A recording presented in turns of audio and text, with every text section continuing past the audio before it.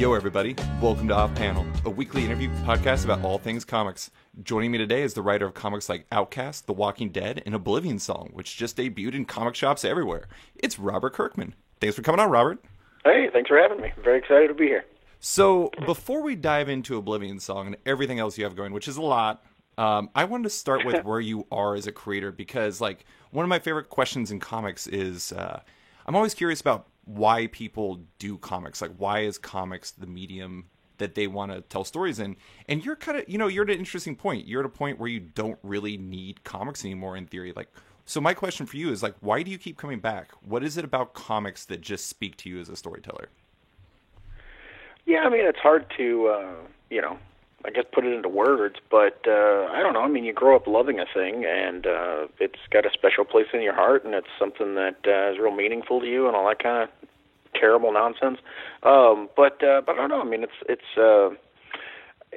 I don't know. To be completely honest, it's a laziness thing too, because I'm very comfortable writing comics. Like, I'm very comfortable with the way that I tell stories in comics, and so creatively, I'm, very fulfilled because I can sit down and it's very relaxing to go, okay, I know how panels break down. I know how to tell stories in still images. So when I get ideas in my head, I very much think of them as comic book ideas, just because of that level of comfort. When it comes to like writing TV pilots or working on movie scripts or any of that kind of stuff, it's like pulling teeth, because I have to train my brain to remind myself that people can nod. Yeah. Like, that's one of the biggest notes I would get when I started working on Walking Dead was like, well, you can do this without dialogue, right? And I'd be like, oh yeah, I forget things move. Like, I'm very sorry. Like, oops. And so I find those formats to be, somewhat nerve-wracking, but comics, I mean, it's just something that I really enjoy, and I'm also really addicted to getting art back from artists. I love looking at dailies, and it's really cool watching a TV show, and that's all fun and everything, but nothing really compares to just, seeing your scripts interpreted by an artist, seeing the things that they add, being able to come up with, like, just absolutely ridiculous, crazy things and see them, pull it off and make you look good. I mean, that's always fun. Mm-hmm. I don't want to be too negative on myself, but I'm also very lazy, and so it's just so thrilling to be able to type like 8 words and then turn it into like this massive double-page spread that an artist turns in, and you're like, oh my God, like, this is so much fun. Like, I really enjoy this. So I don't know. I mean, the idea, I get this a lot with the whole, like, it's, you're working in television now. Like, why would you slum it in comic books? And it's one of the most offensive things that happens to me in interviews sometimes. I'm not saying that you did that. Sure. Don't get me wrong. Because I know you love the comics, but I'm just like, it's just people that don't know comics think of it that way. And I think it's, this is a medium that is pretty much driving all of entertainment right now. Like, we should have a little bit more respect for it. I feel honored to be able to continue to do comics. Yeah, I mean, that was one of the things I was going to ask you, is like whether or not it grates at you to be like perceived, like, sometimes there's the idea that there's the comic creators who are like, have success in other media. Like Mark Millar is a good example. He has a Netflix deal. He has all these different things become big deals. I have to admit, I've said this on the podcast many times, I love Mark Millar's stuff. Like, his comics are super fun, and I think that there is a extreme value to that. When, like, not every comic has to be like the end of the world intensity or anything like that. Sometimes you just want a romp. And but sometimes people are like, oh, his comics are just storyboards for his movies. And I'm like, if I don't personally think that needs to be like this ghettoization of the idea of like the cross-platform thing, nor do I think the idea that like comics are slumming it is like this weird thing. I think Mark, just like you, probably does comics because he loves comics. Yeah, I mean, I hope so. I think so. I mean, it's also funny because one of the things, I mean, it's kind of a chicken and the egg thing. Are Mark's comics meant to be just pitches for television shows and movies, or are they so well put together and so streamlined and so structurally like sound that they adapt so easily to those things? I think that you can say, oh well, something like Chrononauts, like there's pretty good structure there, and there's pretty great character beats and a pretty good arc, and so you can see how that would work well as a movie. But it's actually just like a really hit the ground running, very streamlined, impressive way to tell a story in a comic. Mm-hmm. So I don't know if that's just his writing style or if that's something he's specifically doing, but it's unfortunate for someone to look at something like that is actually just universally appealing and then figure out some kind of way to crap on it, which is kind of what a lot of people do these days. Yeah. I like that you mentioned the fact that you love getting art in, because this is a random thing to say, it's one of my favorite parts about the first issue of Oblivion Song, but I really liked your write-up in the back of it, and about how like you were waiting for Lorenzo de Felici. It seems like, for me as an outsider, that you're kind of always in pursuit of finding like a next amazing artist. Like the idea that, you and Cory Walker are having conversations about that. So you still, would you say that you like, are you an art nerd? Is that a big part of your fandom of comics yourself? Oh, for sure. I mean, I'm definitely, I enjoy reading the stories, and, there's nothing's better than a comic that's, extremely well drawn and extremely well written. But I've definitely bought more comics just for the art than I have just for the writing. I've almost bought more comics just for the lettering than I have just for the writing. So,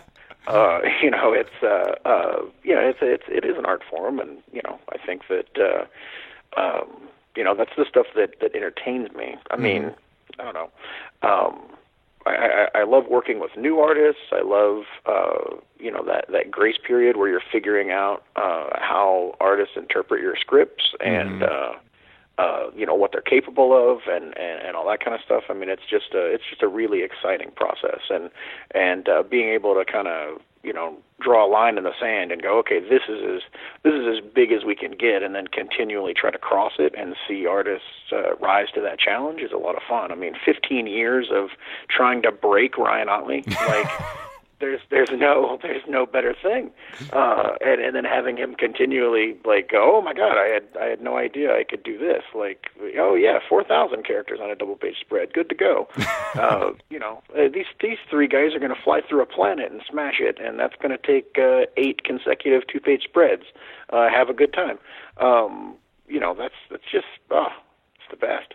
I was going to actually ask, like, what are the 8 words you wrote for them destroying Viltrum? Like, I feel like that might have been more than 8 words. I don't know. Like, I don't really know how you work.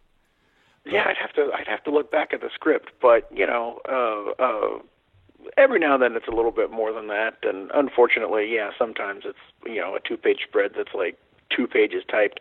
That is extremely rare, though. Right. Let's be completely honest. But yeah, at the end of the day, it's really just a paragraph. Yeah. So, one thing I'm curious about with your work at this point is like the impact the success has had, like on your approach on comics, because, look at Oblivion Song, you're doing things a bit differently by like, you already have 12 issues in the can. You're starting the 13th issue according to the write-up in the back of the first issue. Yeah. You're doing the collector's edition of the first issue and doing a massive overprint instead of a series of other printings. Not to mention the fact, like, I was just at Comics Pro. Retailers were over the moon by the fact that you, instead of just giving like one PDF, you actually gave them a trade for them to read and like know where this book is going. Like, that's a cool thing, but there aren't many creators that get to do these things. Do you find that, like, as a creator in a unique position, you're looking to take risks and try new things when it comes to your comics work? Yeah. I mean, definitely. I think that it's great to be able to do those things, and I feel like being in this position and having the ability to do that is it kind of makes it my responsibility. Sure. I think. I think that anything I can, I mean, and it's all cyclical, so anything I can do to help retailers sell my product, it all just comes back to me in the end. So, I'm helping them, and I'm helping me by helping them. So anything I can do to get a project on a solid footing as early as possible, to me is a worthwhile endeavor. And it's, I don't know, like, one of my favorite aspects of Image Comics as a whole, as an ecosystem, is the fact that we're all always as creators trying new things. And so, Rick Remender will try something that I will sometimes in my head be like, well, that's kind of dumb. I don't know why you do that. And then it works, and then I'll do it 6 months later. Same with Brian K. Vaughan, same with Ed Brubaker, Jonathan Hickman. Like, we're all, like, working on our own books, but we all communicate. And so, I think the best example of this, and I've talked about it before, is, Saga was 44 pages for the first issue. And, I was at the dinner with Brian K. Vaughan, and he was telling me, I just want to get people hooked, right away. And I want to, give them as much story as possible so they know what to expect. And impress them by, like, oh my God, I got 2 issues for $2.99, and this is awesome, and I'm going to support this book. And I just looked at him and I was like, it's pointless, man. Like, your book's going to sell anyway. You've got all this, like, heat from doing Y the Last Man, and you're coming in and doing this great thing, and Fiona Staples' art's so awesome. Like, why wouldn't you just split that into 2 issues? Like, it's ridiculous. And he's like, nah, I'm going to do it. And I told him he was stupid. And so then, he does it. It works. It really did hook an audience and paid off in dividends, like, over the years. And so when I was doing Outcast, I was having trouble cramming what I wanted to do in the first issue, and I was like, man, I'm just going to do the Saga thing. And so then that issue's 44 pages. And so if I can, do a ridiculous statue with the first issue, and if that, works, if that helps a book sell, well, I've tried something dumb that maybe I shouldn't have done that other creators can try to do. If this galley, which is difficult, it's hard to work on a book for many years behind the scenes, and it is a bit of a risk. But if this galley edition that we sent out to retailers makes Oblivion Song more successful than we perceive it would have been otherwise, then we can do that with other books. And so it's all about, like, finding these tricks and trying to make these comics sell better so that we can continue to do them for years and years. Yeah. I like the idea that you guys are all learning from each other. It's like you have your, like, individual test kitchens, and, like, once you see something that really works, you're like, oh man, I got to implement that in there. And I don't know, I think it's funny that there's this interesting dichotomy, and I think the way that people view Image, it's like they either view it as, like, Image is like a traditional comic publisher where they kind of own what everybody's doing, not own what everybody's doing, but, like, have awareness of everything that's going on every single day, or sure, like that they're completely, like, nobody pays attention. Like, you're an island of Kirkman, there's an island of Remender, there's an island of BKV. And I think it's kind of funny. Like, I never really thought of it that way, that you guys were, like, kind of maybe, like, talking about it and maybe studying what each other is doing so you can learn how to make your books better in the future. Yeah, I mean, we do our best to make sure that we're all doing cool things and we pay attention to each other. And if we see somebody across the street doing something, then that becomes like we're always looking for things that work. I mean, that's the thing in comics. You send a poster to retailers. Does that work? You overship a book. Does that work? I mean, you want to find things that help the retailers help sell the books. But Images, honestly, I came from self-publishing, and I spent a little bit of time working at Marvel. The less said about that, the better. But anyway, there are these people that are like, oh, well, Image is basically self-publishing, and it's an umbrella, and everybody's doing their own. It's not true. It's the best of both worlds. You have all of the structure and all of the, marketing assistants and production assistants and all the things that you would get from any other publisher.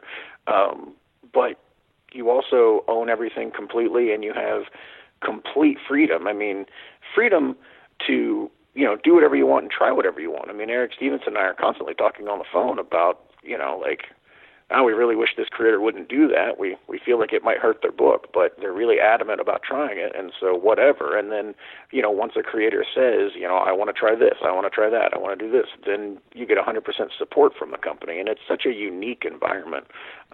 It's a really remarkable thing. I mean, I feel like a shill now, but Image Comics is just absolutely the best thing ever. No, I mean, I do think it's interesting, though, because it definitely enables, especially if you're in a certain position, to, like, maybe take risks that you wouldn't otherwise, because you can do different things. Like, one thing I'm always interested in is, like, the idea that comics are so adaptable. They can be many different things. They can be different formats, different release schedules, different genres, different styles of story.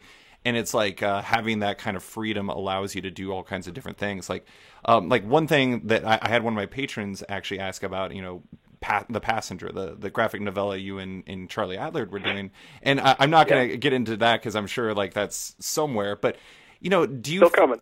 Do you feel like when you're contemplating new projects that like you try to like explore what the best, not just like the best like story would be, but best format and best way to release these books? Is that like an important consideration as you're looking to roll this out? Yeah, I mean that's a huge part of it. I mean, figuring out how many pages you want something to be, figuring out how long you want the series to be, even down to, I mean, from project to project, like, I do slight variations on storytelling. I mean, if you look at Outcast, the panel structure with those little micro panels that we throw in is a little bit different. Sometimes I'll talk it over with an artist and be like, I want this to be a really dense book. Like, let's try to do like 7 or 8 panels a page and really kind of do something really weird. And they'll say, I don't want to draw 7 or 8 panels a page. And I'll go, okay, we'll do 4 panels a page. But figuring out how the story lives and, the format is, it's a huge part of the fun. Yeah, absolutely. Well, so let's talk about Oblivion Song. Like I said in the intro, it just came out. One thing I'm curious about is something we already mentioned, which is like the fact that you guys are already basically 13 issues in, which is insane. That's like wild lead time. I have to ask, was it a little strange this week releasing this first issue? When did you even write the first issue? When did I write the first issue? I think, oh God, what year? It's it's 2018 now. Yep.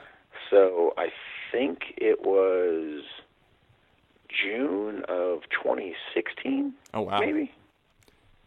So like I'm always like really amazed by the people who release comics in the book market, like the First Second, for example. Their books are finished basically like 6 months to a year before they're released, and you're kind of to a certain degree in the same place as that. Is that a little disorienting? Like seeing this book coming back, like do you have to like almost revisit it yourself? Be like, oh yeah, that's what the first issue was. Okay, that's that. Is that disorienting at all? I mean, a little bit. I mean, not really. The thing that's disorienting is, like, oh, it's not a secret anymore. Like right. You get used to having this secret project that you've been working on, for a very long time, and so then it's out and people are talking about it, and that's kind of weird. It's like, oh, people know about this. Okay, great. But I'm Oblivion Song is a fairly complex story, and it's fairly fast-paced, but part of the reason that I'm terrible to have a conversation with, and every now and then I stammer a lot during an interview, is because I keep all this crap in my head. So, it's not a matter of like, oh, I have to go back and figure out what this, first issue is that I wrote a year ago.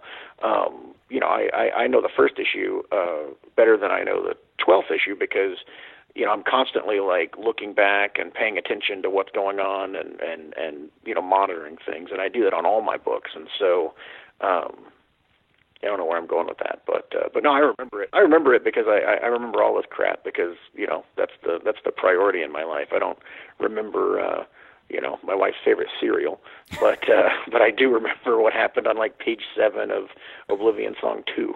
So yeah, that's awesome. I always there's this amazing Kate Beaton comic from Harka Vagrant where it's like I forgot what it is, like it's called like Man Child 2063 or something like that, and like the first panel is it's like an old couple sitting, and like the woman says, do you remember when our child was born? Like that was beautiful. And he's like the guy says no, and he says, do you remember Thundercats?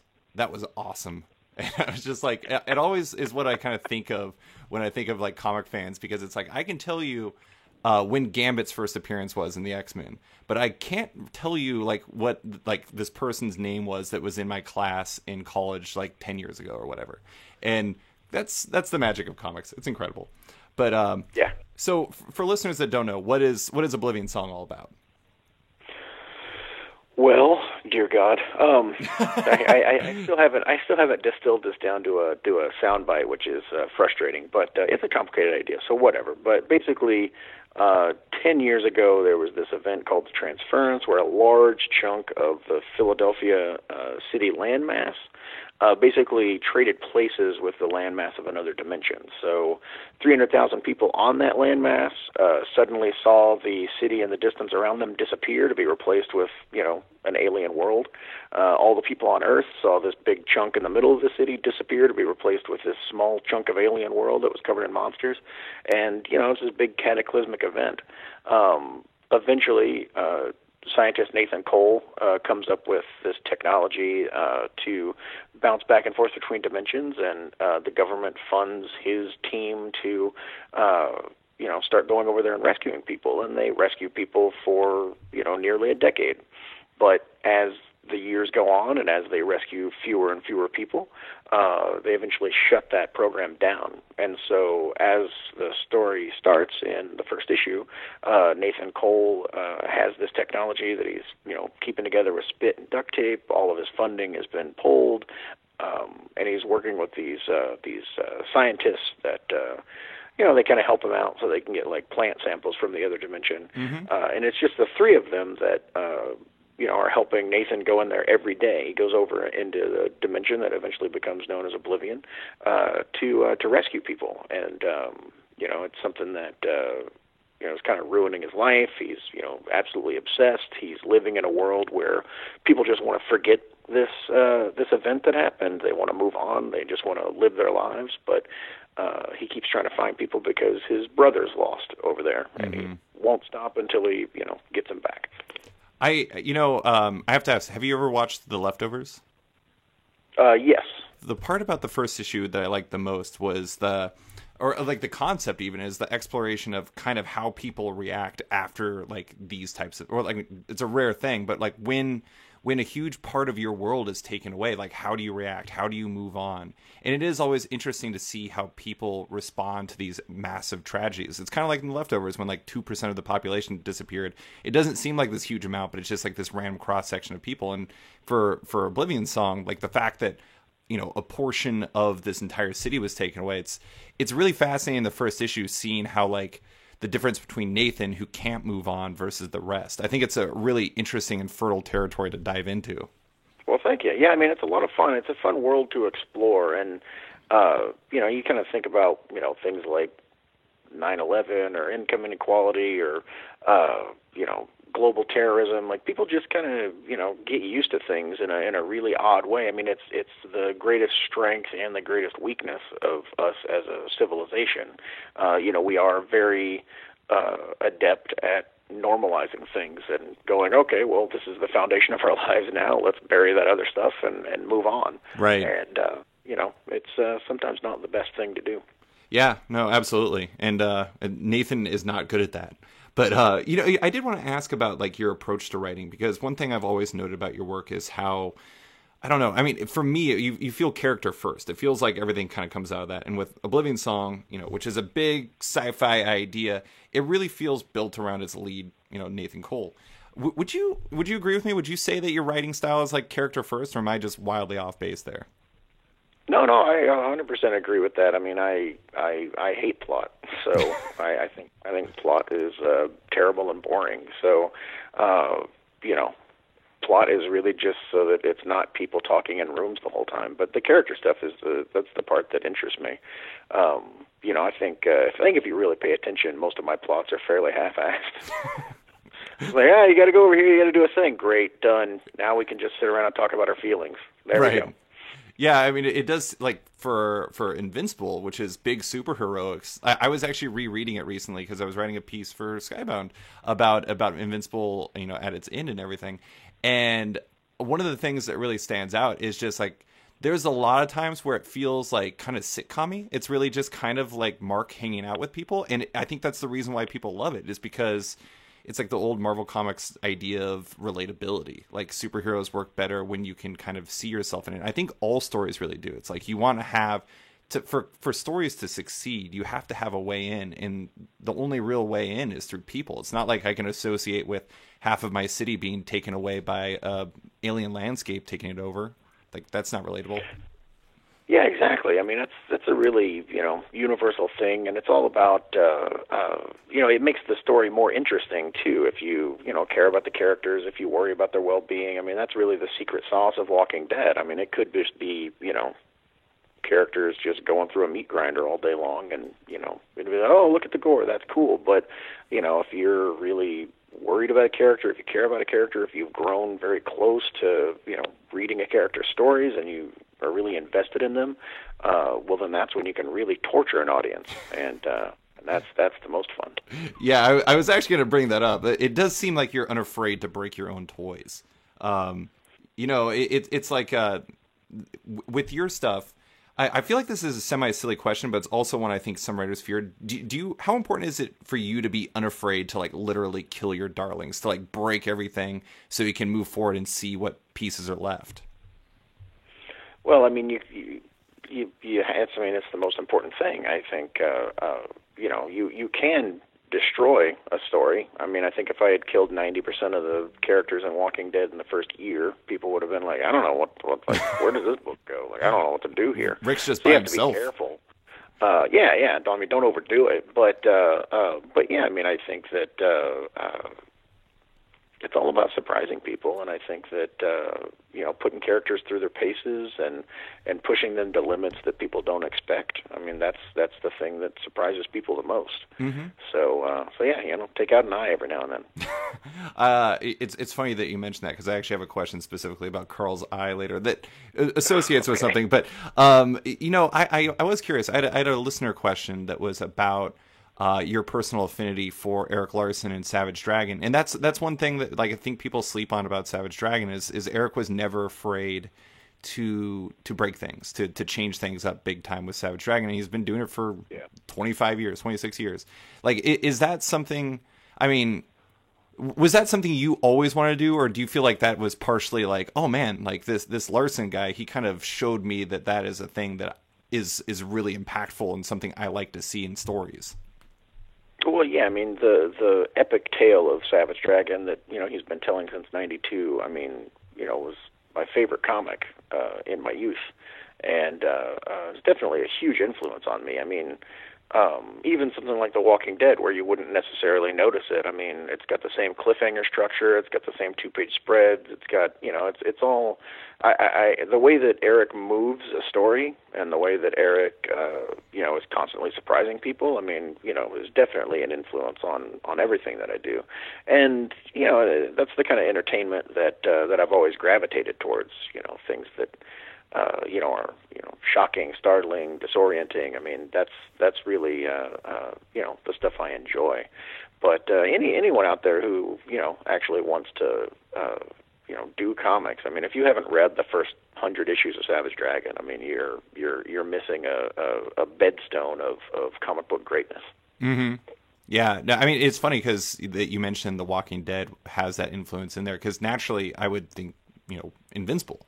But you're right, it does have like the similar structure. Invincible is the obvious example, but I think that people would be startled to realize, just how much of the structure of Walking Dead comes from the way that Erik has told the story. Yeah, and I do think that like that's one of the things that people forget too is the fact that it's not like you're like straight aping it or anything like that. It's just like ultimately everybody who's a creator is kind of like a mix of a lot of the influences that have kind of informed them, and like that kind of when in is one of the things that was injected into your work. That's one thing that I think people sleep on is the fact that like we talked about it for my Image piece, but you grew up like Image was your jam, like that was your thing, right? Oh, for sure, absolutely. Yeah, like that was for me too. And although I have to admit, I was obsessed with Jim Lee at the time, so that was the way I went. But I am curious, like going back to Oblivion Song, like what made that a story you wanted to tell? Like I read somewhere that I thought this was really interesting. It was you did an interview where it was kind of like you said it was kind of exploring the question of what Jack Kirby doing Batman would have been like. That was like some level of inspiration. Like what made that a concept that was interesting to you? Well, that was the initial nugget. I mean, the other thing that's somewhat unique about Oblivion Song is it's an idea that I've been tinkering with for 15 years. Mm-hmm. it was an idea I had before I ever worked at Marvel, and it was an idea that I was going to do a book about, but during my 4 or whatever years at Marvel, I was limited to how many creator-owned books I was allowed to do because of my contract there. Sure. And so I had a bunch of stuff that I would just kind of, tinker with behind the scenes and never actually do, and Oblivion Song was one of them.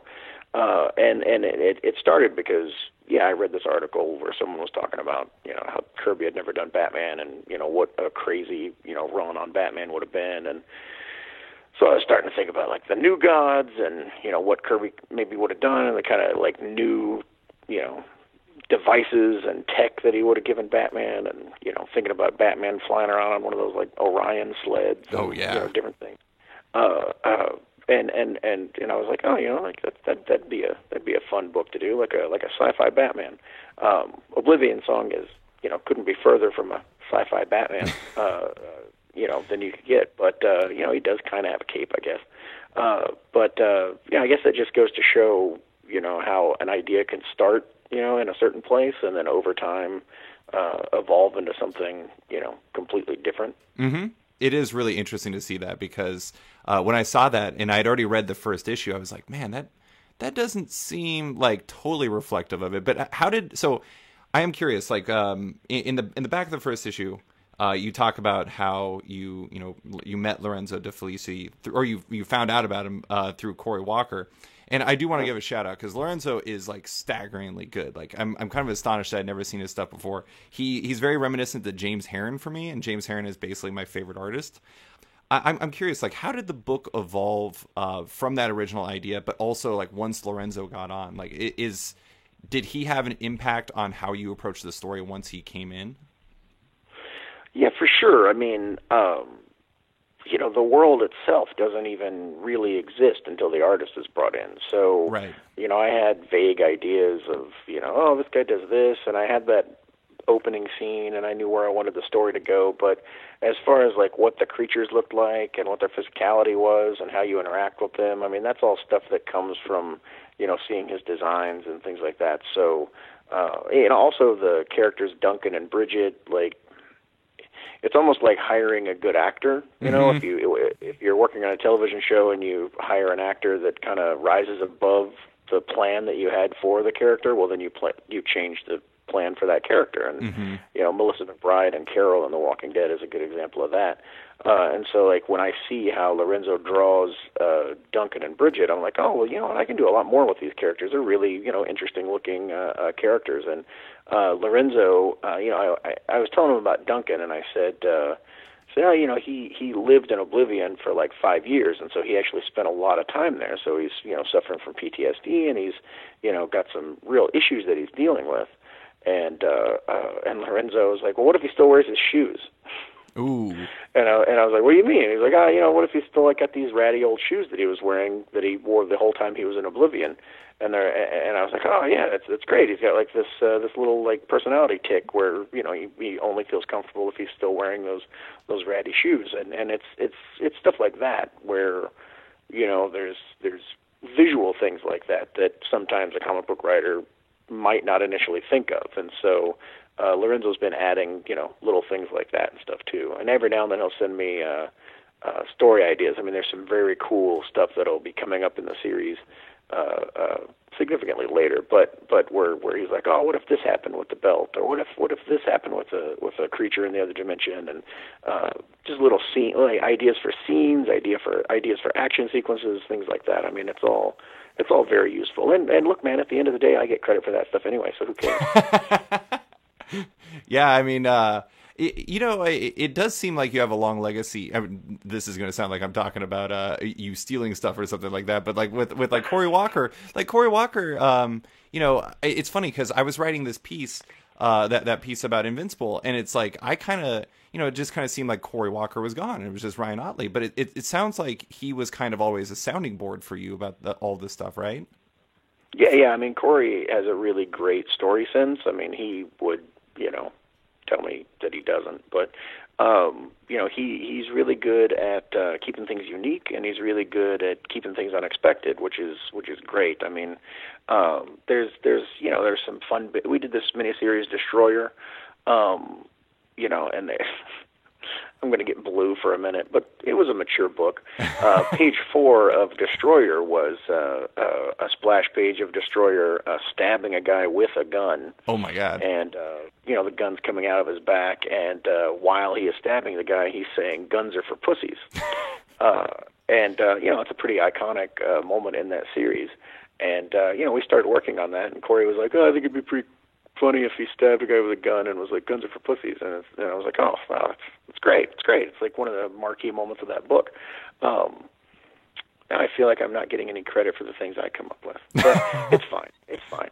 But anyway, yeah. I mean, and one of the things with Invincible that was really key on his part was, he was just like, it's just, all these books are all about like teen romance, and Mark's got a girlfriend and blah blah blah, and he's like, let's just hold that off. Like that, we don't need to see that. Like, it's such a trope that's done in the, he's very good at keying in on tropes and avoiding them. Mm-hmm. And so that's why, I don't think it's till 14 or 15 of issue. It's either issue 14 or 15 of Invincible when Amber comes in, and I was very, clearly steering towards a relationship with Adam Eve very early on in the book, but but his notion of holding off on that allowed me to do a lot of interesting stuff with Amber, and then continue to seed that relationship with Adam Eve. And by the time that you get to, gosh, when do they actually get together? Like issue 40 or something? Yeah, it's a ways into it.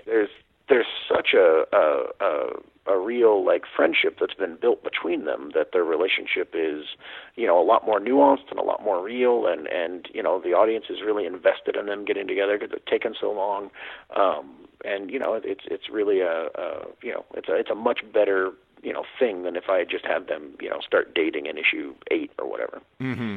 Yeah, no, rereading it, it's actually kind of, you can see how much you're kind of setting up threads early on. And actually, one thing, this is a super random aside, but there's this one line in I don't know, one of the first 10 issues of Invincible. And basically you effectively allude to Robot being bad or going bad right in the beginning. You're like, there's a conversation between Adam Eve and Mark where, I'm trying to remember what the line was. It was basically you were just calling your shot where eventually one of your good guys could turn on him. Was that that might be going too far back? But was that you alluding to Robot? No, definitely not. Oh, man. It was just, and Larson and I talk about this from time to time too. You just throw stuff out there every now and then, and if you're constantly rereading your work, you can pick up on things like that and play off of it.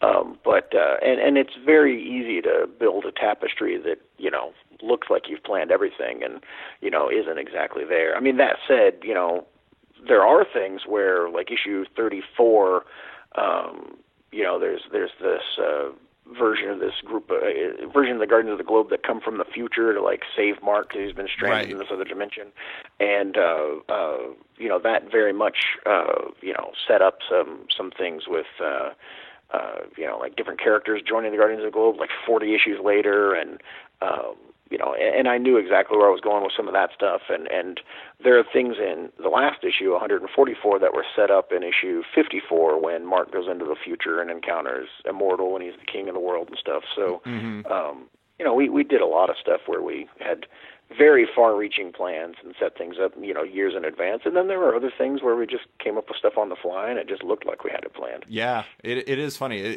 You easily could have just claimed that as being a genius of storytelling, that you were planning Robot the whole time, and I wouldn't have known any better because it just kind of worked out that way. It's great. Yeah, I'm trying to be honest here. Yeah. So back to Lorenzo. Lorenzo's amazing. But how did he become the guy for the book, and what made him the right fit? You described him as the person you've been waiting on. Why was he that person? Well, because there are very mundane human parts of the story of Oblivion Song, and that's a skill that is, that a lot of artists have. And then there's very, epic, crazy, explosive parts of Oblivion Song, and that is a skill that a lot of artists have. There's a very difficult aspect of Oblivion Song, which is, is world building, it's monster creation, it's, you know, creating an entire other dimension. And that's something that, you know, specific artists have. Finding those three, you know, somewhat unique traits in one artist is pretty difficult. And going through Lorenzo's DeviantArt, it's like, oh, his normal people look interesting. Like that's a talent, you know. Like sometimes people draw like great looking superheroes and great looking monsters, but you know, you put a guy in a business suit and it's like, I don't want to look at that. Right. You know, that's no fun.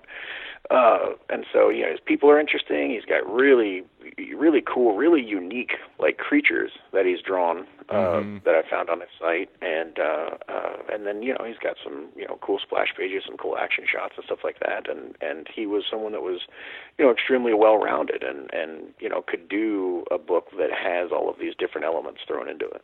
He's a staggeringly good character actor, and like, given the fact that I'd never really experienced his work before, I was just kind of astonished, because it's just like you have this guy that kind of comes out of nowhere for me, and he's just fully formed. He can like tell a story so well, and like that's a rare characteristic in artists. A lot of times, like, that's one of the things that they really have to build at, because it may not be as natural to people. Like, was he a working pro before you met him, or was he just kind of a guy on DeviantArt that Cory Walker happened to find?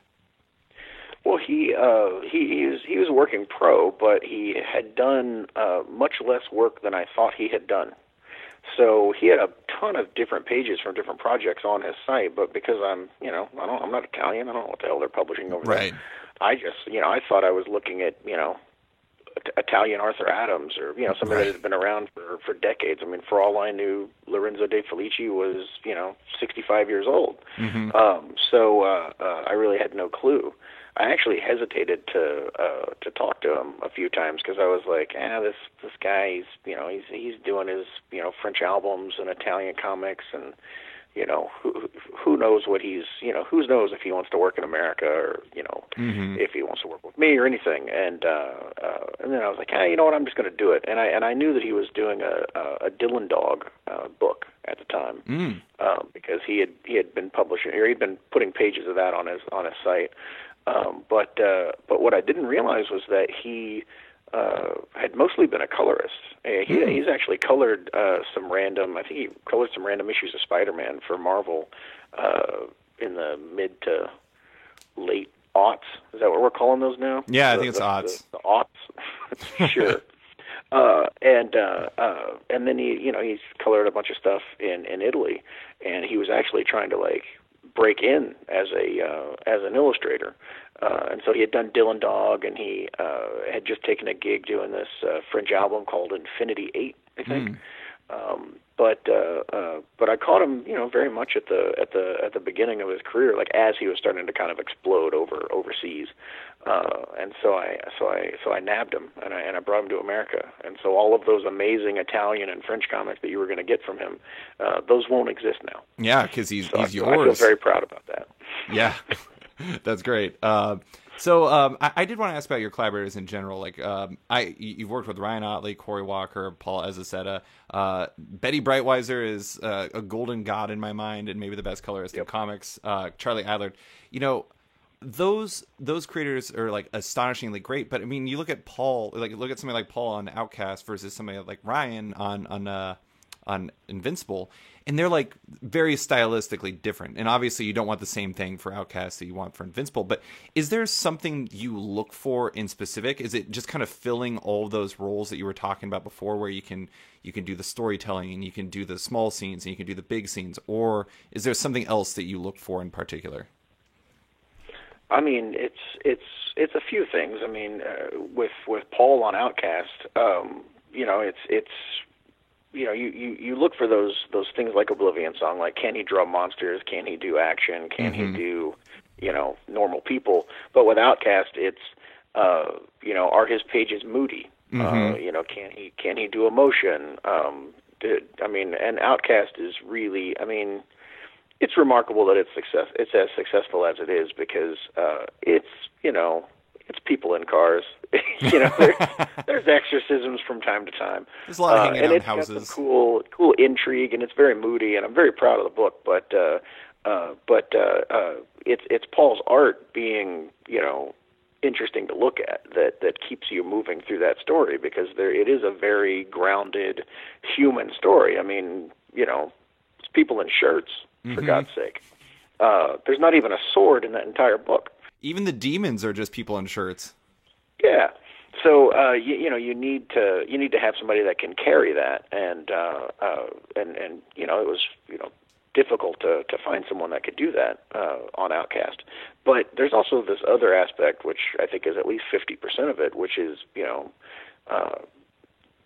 does the idea of getting art from them excite me? Right. I mean, there are artists that I enjoy, that I love looking at their comics, but then I'll be like, do I really want to write stories?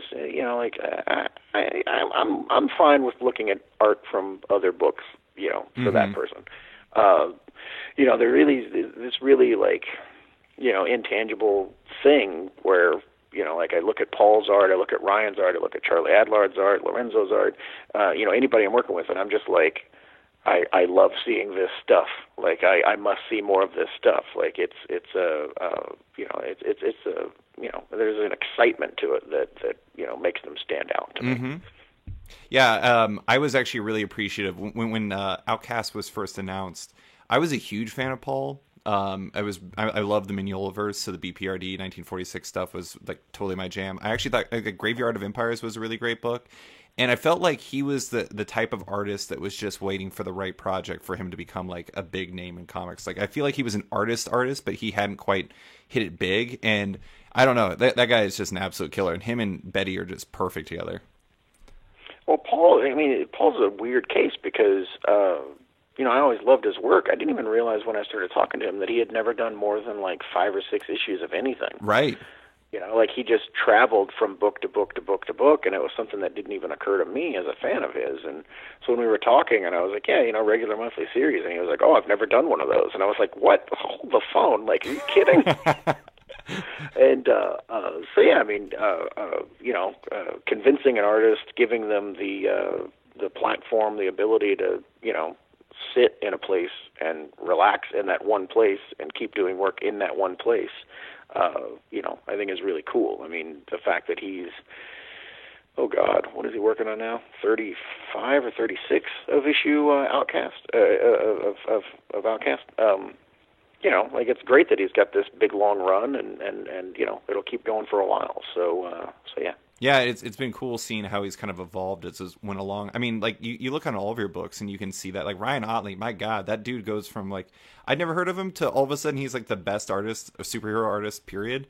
And it is cool because, with Paul, he didn't have a chance to really kind of dig into a big project, and you see him evolve and get more comfortable with the way that you guys are telling stories and you guys working together, and it's just fantastic seeing that. But I want to talk briefly about the ending of Invincible. I'm not going to go into spoilers or anything like that because trade readers and et cetera, but I have a question about endings. Sometimes stories can outstay their welcome. I always think of that Harvey Dent line from The Dark Knight about how you either die the hero or you live long enough to see yourself become the villain.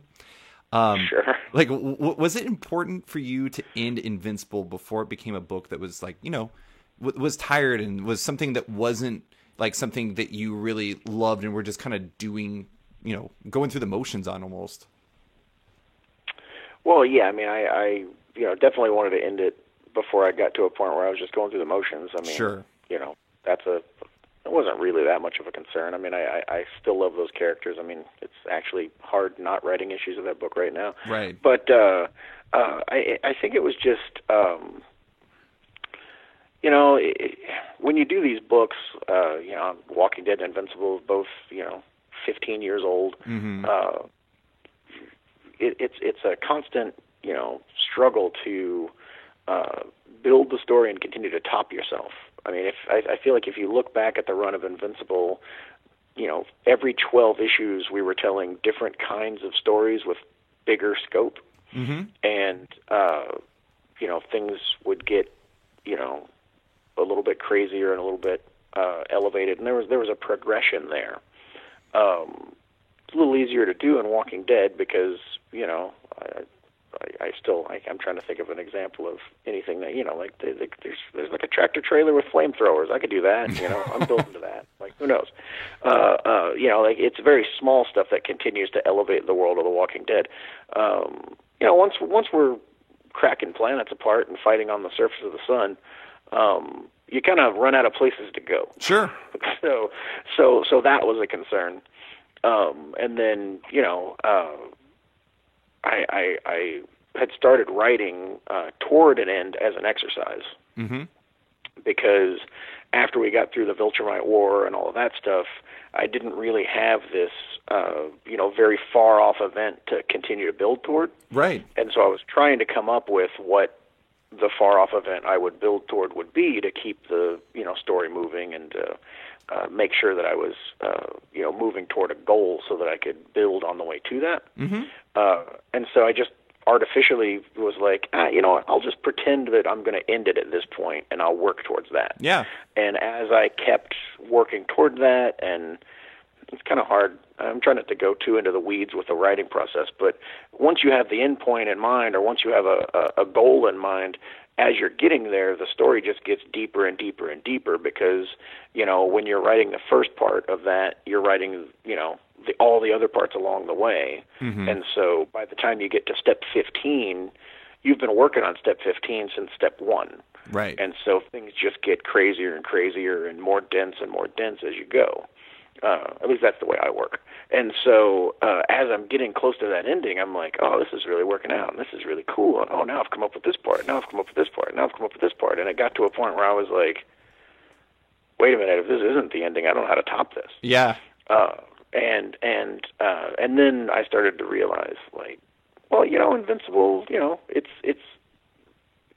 it goes against type. It's always been like poking fun at what Marvel and DC does. It's always been about, tricking the audience that is very well versed in Marvel and DC books to think I'm going in a certain direction and then, changing it, going in a different direction. That's what the book has always been designed to do, is to subvert what you expect of a superhero comic. Mm-hmm. And what better way of doing that than ending an epic superhero series that, theoretically could have gone to a different creative team and could have gone on for 30 years, but instead just ends. Right. And I got real excited about that. And also Ryan Otley wanted to draw Spider-Man.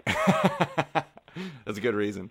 I do have to say, like, you're talking about like the subversion part of it, and I have to give you a lot of credit. I was a little dubious about Reboot when I first heard about it, but man, like, you really that one really threw me for a loop. Like, you took the idea and then you somehow made me like. You made it so much more like emotionally harmful in like a good storytelling sort of way, because like the way it paid off and everything. But I imagine that was one that people were a little dubious of. Like, oh my God, is Invincible running out of ideas? Is that what's happening here? And secretly, you were actually just subverting another idea. Yeah, I mean, that was a lot of fun too, because a reboot is essentially running out of ideas. I mean, it's right. Like, well, we can't take this story forward anymore, so we are going to start over and do it again. And so yeah, and I feel like we're poking fun at a thing like reboots because I think there's a large portion of the comic book audience that hates reboots as right. much as, DC Rebirth and the New 52 and everything is working now, and it does re-energize characters that have been around for 80 years. You also run the risk of alienating people, and so it was a lot of fun with the ramp up to Reboot and the marketing of like, oh yeah, we're alienating you. Like we're going to totally redo everything. All this stuff that you love about Invincible is gone now. And then not doing that. I mean, it's kind of like when we did the Death of Everyone storyline, it was all about making fun of, the death of Wolverine and the death of Superman. Like when you do a story like that, the ending. Right. But everybody still gets excited. Everybody still goes and buys those stories. But it's like, I'm pretty sure Wolverine's going to die at the end of this. And so I wanted to do that and then not kill anyone. That's the perfect misdirection. You do those things you did all those things all the time with Invincible. Like, I loved the words above the title that you would always have. Like, it started off with like the girls' acne homework, et cetera, and then it slowly became like the best superhero comic in the universe. And it was just really funny. Like, it seemed like it was always kind of like a throwback to the like old school World's Greatest Magazine or Comics Magazine Fantastic Four thing, while also being kind of like making fun of it to a degree. Yeah, I mean, it started out just the girls acting homework superhero or girls acting homework supervillains. When you're a teen, it pays to be invincible. I think is what the first one was. That was literally just like, please, dear God, buy this comic. This is what the comic is about. Yeah. Like, it was just like, can we do anything else on the cover to give someone a sense of what this book is so that they will buy it? And then, he ended up not being in school and not being I guess he was a teenager still, and so he ended up having to change it. And then it just kind of became like let's show people what the tone of this book is. And the tone was always, very serious at times, but for the most part, we were trying to have like a fun atmosphere to the story, and so it seemed like a good way to give people an idea of what they were getting into when they picked up a copy. Yeah. So I just have a few more questions. I'll go quick on these ones, but I did want to ask one more question about the Invincible ending. Let's be fair. You gave Mark one hell of a hard time throughout the series. With the ending, was there a part of you? I mean, did you want to give Mark a semi-happy ending after giving him such a hard time for so long? Yeah. I mean, I don't know. It was a couple of things. It was, wanting to subvert expectations, because I think having read many, many years of Invincible, people were like, well, this is going to be bloody. Right, exactly. This is he's going to have the goriest moments ever in the last issue, and it's going to be ultra-violent, and it's going to be really depressing, and, everybody's going to die. And I knew people were expecting that, and so that's why there's, next to no violence in the last issue, and it's all happy. Right.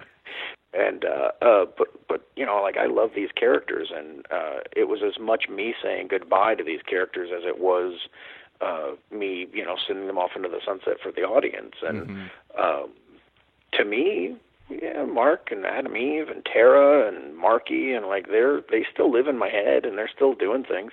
Yeah. And so, which makes me sound like a psychotic lunatic, but like, I didn't want to destroy their world on the way out. I like the idea of them living happily ever after and going on adventures that no one ever reads. So, for my peace of mind, it just felt like a good way to end things. Yeah. I don't know if you were a Parks and Recreation fan, but it reminded me of the finale of that show, which was about as big of a compliment to an ending as I can get. Because a lot of times they end with some level of finality, but it was just like, your story, your Invincible, kind of ended with "to be continued." Like, this life will go on, and I think that's fantastic. Yeah, I mean, I think there's some resolution to it. I mean, I really tried to make sure there was some resolution to it, because literally every other thing I've ended has ended with, like, yeah, this isn't an ending. I mean, Astounding Wolfman ends with, we set up Dracula and pretend that Wolfman's going to fight Dracula soon, and then they go off on another adventure, and then it's like, last page, goodbye. I love endings that aren't really endings. But with Invincible, goddamn, I tried to make there be some kind of closure. But you're right. No.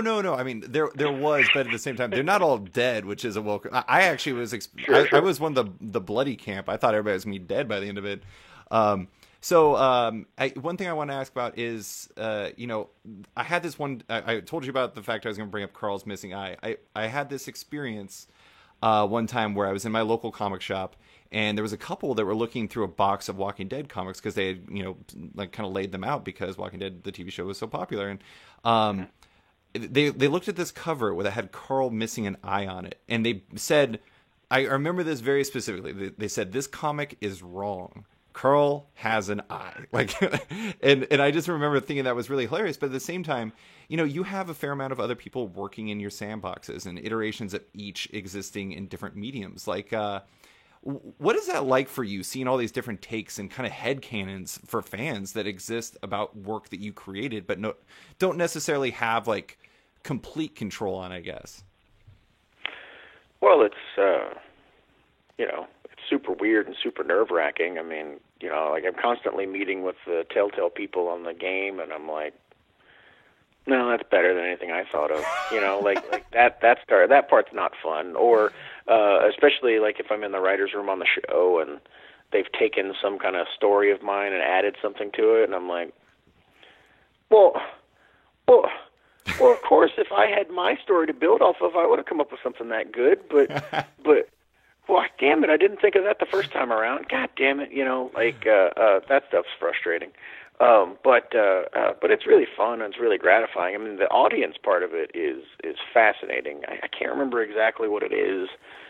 Somebody put it on Twitter. I'm sure it's a tribute to somebody, but I feel like it's so true. But it was like the fan arc and how fandom interacts with something, and it was like I love this, I own this, I hate this, I want to destroy this. Mm-hmm. And so, and I do feel like people are going through that with Walking Dead. Like it's like, and I feel that, and for the most part, we're in the I own this phase, but we are very much getting into the I hate this phase with some people. Sure. But the I own this stuff is interesting. Where like somebody could be in a comic shop and be like, well, that's not right. Like that's not Carl, and it's like, whatever. I fucking made Carl. I can do whatever I want with him. Like, what are you talking about?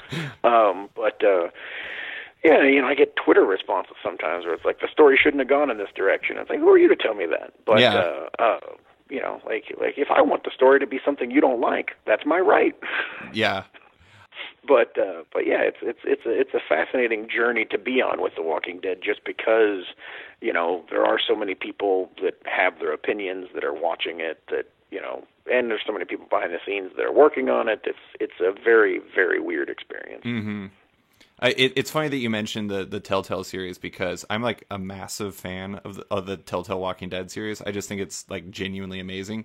I was going to ask you, were you a little upset about how good of a character Clementine is? Because I actually think she's like one of the best characters like in modern fiction. She's so good. No, I mean it's great. I mean, I didn't really have much of a hand at all in her creation, mm-hmm. but she's still part of the overall Walking Dead tapestry, and that's cool. I mean, I didn't have all that much to do with the creation of Daryl Dixon, but he's part of Walking Dead. That's cool too. Mm-hmm. It doesn't they're not as cool as Michonne, like whatever. But it's amazing. Like the fact that people can come and play in the sandbox and like add cool stuff like that is really awesome. And I have people constantly that are tweeting me or like talking to me at conventions, and they're just like, don't take this the wrong way, man, but those Telltale games, like, that's my favorite version of Walking Dead. And I'm just like, I don't care, that's fine. Like, if that's what you like, that's yeah. cool. It doesn't offend me. I don't want every single person to be comic book Walking Dead fans, first and foremost. Like, I love that there are people that prefer the TV show, or people that prefer the novel series or the video game.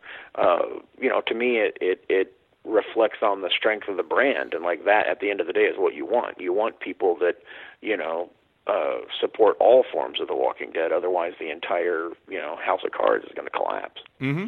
Yeah, absolutely. The funny thing about the Telltale games for me is the fact that playing them it's like being a parent simulator for me. I'm not a parent, but like I have like a overarching. I sadly told my wife about this. I have like this one overarching rule for those games, and it's like I do whatever benefits Clementine. It's like really weird how it works, but that's the nature of a good story, right? Yeah. I mean, they crafted this like really interesting and yet at times vulnerable character, and you're really invested in her survival. So, yeah. So the last question I want to ask, and this is a super random one, but I have to end with it because it's my very specific interest. I love letter hacks in The Walking Dead. I'm a huge fan of letters columns in general. And Invincible's one was great. You and Sean have a great rapport, and I do have to ask, of all of your letter writers, is Andrew J. Shaw number one in your heart? Oh, Andrew J. Shaw. Yeah, I mean, at this point, he's almost the only one whose name I remember. But the guy, he's so fascinating. Like, he's the absolute best. I mean, he's written a letter to almost every comic I've ever written. Mm-hmm. None of them are positive. And yet he remains a loyal reader, which is amazing. And every now and then we'll get a positive letter from Andrew.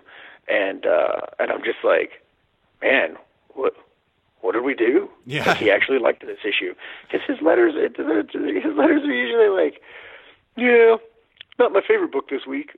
Yeah, I don't. The best part is he doesn't know any of the characters' names, and he doesn't really like follow the story very well at all. So he'll be like, it'll be like issue 85, and he'll be like, I don't know who the black woman with the swords is, but I guess she's pretty cool. And you're like, really? You don't know who Michonne is at this point? Like, what are you doing? So that stuff it just cracks me up. But the dedication to comics and the dedication to letter writing, because, I mean, he also writes, I mean, you see his letters pop up in Marvel books and all kinds of different Image comics and stuff. I just love him. Yeah, he's a big part of my life. And Makowitz does not like him. Oh, yeah. And so Makowitz will actually, like, not print letters from him, and I'll notice it. And I'll be like, we haven't seen any Andrew Shaw letters in a while. Like, what's going on? And he'll be like, oh, fine, I'll put some in, Jesus. So that's always fun. But I wanted to, I don't know how you, I'll try not to talk too long. I know you're trying to wrap up. But I wanted to fly him to Comic-Con one year and just do, like, a panel where I talked to him about comics. Then I was like, I don't know, he could be kind of stabby. Like, I don't know how normal this guy is. But, so who knows? And if he's listening to this podcast, like, contact me. You got email addresses that get to me. Maybe we could do something. But, can I talk about this publicly? I don't know. I recently found out that Donny Cates, worked with him at a comic shop. No way. So, yeah, Donny Cates worked at a comic shop in Texas, and like Andrew J. Shaw worked at the store with him. That's amazing. And so now I'm finding out more details about this person, which is just great. But Andrew J. Shaw, a big part of my life. Probably more than he realizes. I actually, I don't know if you know this, but I wrote a feature about him where I actually talked to a lot of people. You know what? I think I heard about that, and I meant to read it, and I never got around to it. So I'm glad you brought that up. I actually, I interviewed a bunch of people who, creators in comics, editors in comics and stuff, asking them, have you ever gotten an Andrew J. Shaw letter? And, everyone, yes, of course. It was, the amazing, Sebastian Gerner, I think it was, had an amazing point. Maybe it was Cena Grace, where one of them said, they're like, he's very strange and he has all these negative things, but there's one thing to be said. He buys everybody's comics and he keeps writing, and that takes some passion. And he's such a fascinating character to me. I do have to admit though, Robert, at one point, and I think I asked Sean about this, there was a part of me that was like, is this Robert actually? Did he create this character? First of all, that is so offensive because how much free time do you think I have? I don't know. Well, this was back in the day. How when in the I had world this theory. could I possibly be writing into all these other comics as Andrew J. Shaw? That's ridiculous. But at the same time, it is flattering because to think that I could concoct all of the various different letters that he's written without revealing that. Yeah, no, it's definitely not me. I will admit. The only time I ever did anything like that, and this is a funny story, when I first started at Image, I had done this book called Battle Pope that I had self-published that is, it's fairly offensive. It's Pope, it deals with religion. It's, somewhat misogynistic looking back on it now. I regret some things, but it's still funny. So anyway, I started doing books at Image, and there was a retailer that wrote into Eric Stevenson and said, I'm not going to support any of Robert's Image books because there's no editorial oversight on his books, and this guy's clearly a lunatic. I mean, look at Battle Pope. So I'm not going to be buying, Tech Jacket or Super Patriot or any of this stuff. Mm-hmm. And so I thought it would be, I basically created a fake editor. I started crediting, if you look at the early issues of Tech Jacket, there's an editor credited, and that is just a made-up person. Oh, my God. And so then I came up with this gag where every issue I would fire the editor and hire someone new. And so, the first letters column is hey, I'm, I think I took names of friends from high school, and I was I'm Chad Mannion, I'm the new editor, blah, blah, blah. Or he'd be I'm the editor of Tech Jacket, yada, yada, yada, and he'd do the whole letters column. And then the next issue I would go, hey, sorry, Chad, I had to fire him. He wasn't doing so great, so I just want to introduce you to the new editor. Here's this guy, and then that editor would do the column. And then the third issue, fired him, new guy's taking over. And then we got letters that were like, man, this Kirkman guy is an asshole. He keeps firing these editors. And I was like, well, that backfired. Oh my God. And so that taught me my lesson. I haven't done anything like that since. That's probably a good plan, especially as your star has risen, because then people would probably figure it out. But I Right. love the idea that guy probably thought you were just a megalomaniac who is just like repeatedly firing editors over and over. Like you're just like this huge diva, effectively. Yeah, and I was just trying to have fun. I don't want people to think I'm an asshole, so Yeah. whatever. But I'm definitely not Andrew J. Shaw, I promise. That's probably good, because like I'll email you my features just so you can give it a read. But my favorite part about that feature, though, was the fact that I actually tried to find him. Like I tried to see if I could interview him for the piece, and I ended up finding a different Andrew J. Shaw who also reads comics but lives in Australia, and he was like super pissed about the other Andrew J. Shaw, because he was like, it ruins like Andrew J. Shaw's names everywhere. And so the only letter he'd ever written was into Daredevil after Andrew J. Shaw like wrote a letter like kind of crapping on the book. And he was like, I just want to say that Andrew J. Shaws aren't always jerks, and that like I love this comic and yada yada yada. And I was like, this guy's whole vibe is just like, I'm the real Andrew J. Shaw. That guy's a jerk. And I don't know. There's this amazing continuity. The premise of my article was basically that Image Comics' greatest villain was actually Andrew J. Shaw, and I feel like that one Andrew J. Shaw from Australia would 100% agree with that. So think about this. I'm Andrew J. Shaw. I mean, I'm not, but just as an example. Sure. I'm Andrew J. Shaw. I think I live in Texas. I have no idea. I buy 90 comics a month. I write letters to all of them. Yeah. David Harper writes an article about me. Yeah. Has he not read it? Has he not, like, how does he not read that? How does he not reach out to you? It makes no sense to me. Like, who is this guy? He's clearly plugged in. Yeah. Is he going to listen to this podcast? Is he going to comment on it? Is he going to write a letter where he mentions? I have no idea. Like, it's so like bizarre and fat. Like, you think that this guy would have contributed to your article and would like be a whole, but who knows? Like, is he a hermit? Like, I got nothing. It's I think he's a character. I can't stop thinking about him. I think he's a character, honestly. I think it's like a construct. Like, because I noticed that there were actually Andrew J. Shaw tropes to his stuff. Like sometimes he has like like you were talking about the fact that he'd always like, it's not the best issue written, but always like he'd always do ones where he would like crap on another comic in the process of complimenting you, and it would be like a backhanded compliment. There's a lot of backhanded compliments. It's really fascinating. Oh man, I could. So you think it's all an act? I mean, maybe he's like the Andy Warhol, or not Andy Warhol, Andy Kaufman of comics, basically. He's got. Yeah, to be honest, that's Makowitz's theory too. That's why he doesn't like printing his letters. He's like, it's just a shtick. He's just, but I like to think I think it's his personality. I like to think it's all real, but who knows? Maybe it is an act. Man, we should have just done an Andrew J. Shaw exploration podcast. I could go on this for hours. The guy's so fascinating to me. But Robert, let's do it. Off panel with Robert Kirkman, Part 2, all about Andrew J. Shaw. Oh my God, I'm all about it. I love it. Robert, thank you so much for coming on. I appreciate it. Thank you for going on a wild journey of Andrew J. Shaw and Oblivion Song with me. Thanks, man. No, this was a lot of fun. Thanks for listening to this week's episode of Off Panel with writer Robert Kirkman. You can find him on Twitter at Robert Kirkman and his work in The Walking Dead, Outcast, and the just debuted series Oblivion Song. If you're a fan of the show, there's some big news. Off Panel now has a Patreon. If you like the show and want to support it, consider backing it on Patreon at patreon.com/offpanel. There are fun rewards and insider information you can get if you do.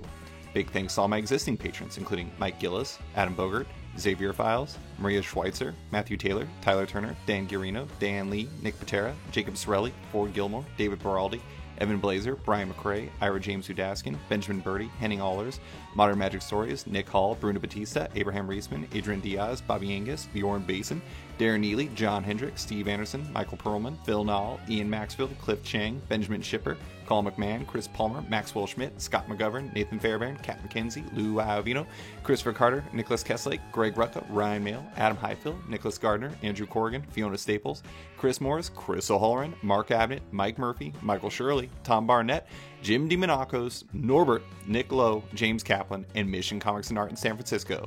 You guys are all the best. Don't forget to like the show on Facebook at /sketch, that's SKTCHD. Follow on Twitter at @sketchcomic or follow me at @slicefriedgold. Want more from Off Panel? Subscribe on iTunes or Stitcher and give the show a rating or review while you're at it. A quick thanks to the band Wolfpack, whose excellent track Outro from the album Volmilch opens and closes the show now. Give them a listen as they're totally rad. Thanks for listening, and tune in next week for another episode.